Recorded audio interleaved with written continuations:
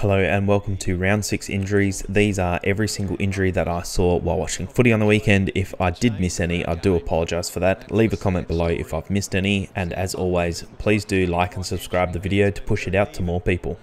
In this first clip, we can see Dan Butler from Saints is very upset. He knows that he's done his hamstring. The incident before was very minor. He was in the contest, he kicked the ball out, and that's all it was. I guess he's overextended with that leg as he's kicked it. He was tackled after that, so whether that sort of contributed to it as well. But he looks very sad. He goes down, and just the way he's walking, it looks a pretty severe sort of hamstring. So I wouldn't be surprised if we don't see him for probably 3 or 4 weeks. But that will be confirmed in the coming days.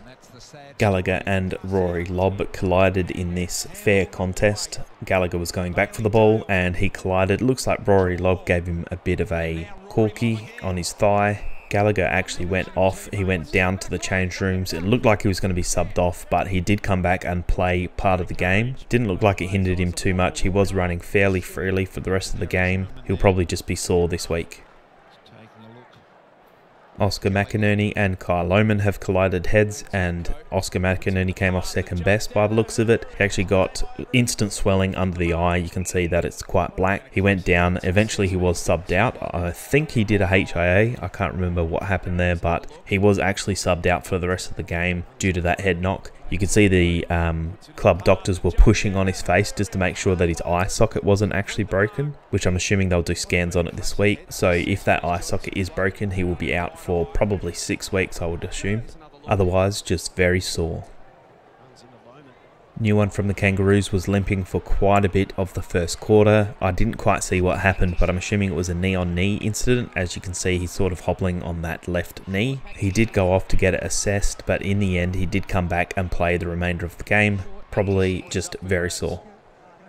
Stewart from the Cats has gone in for a contest on the ball, and he looks like, I guess in the wet, he's overshot it and he's run too far. He actually hits his face in the back of the Brisbane Lions head, and you can see that he's almost instantly knocked out. I'm not entirely sure if he loses consciousness or not, but you can see that when he lands, he's just laying there with his arms up, which is a pretty typical sign of someone being knocked out. He went down, did the HIA, and he was subbed out, so he will miss at least next week, possibly the next one, depending on how he goes with his concussion.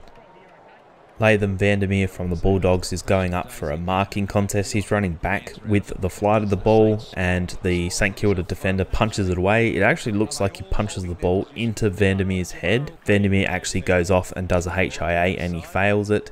So he is going to be missing next week, most likely. I guess the ball just has to hit you in the right area in the head and give you concussion.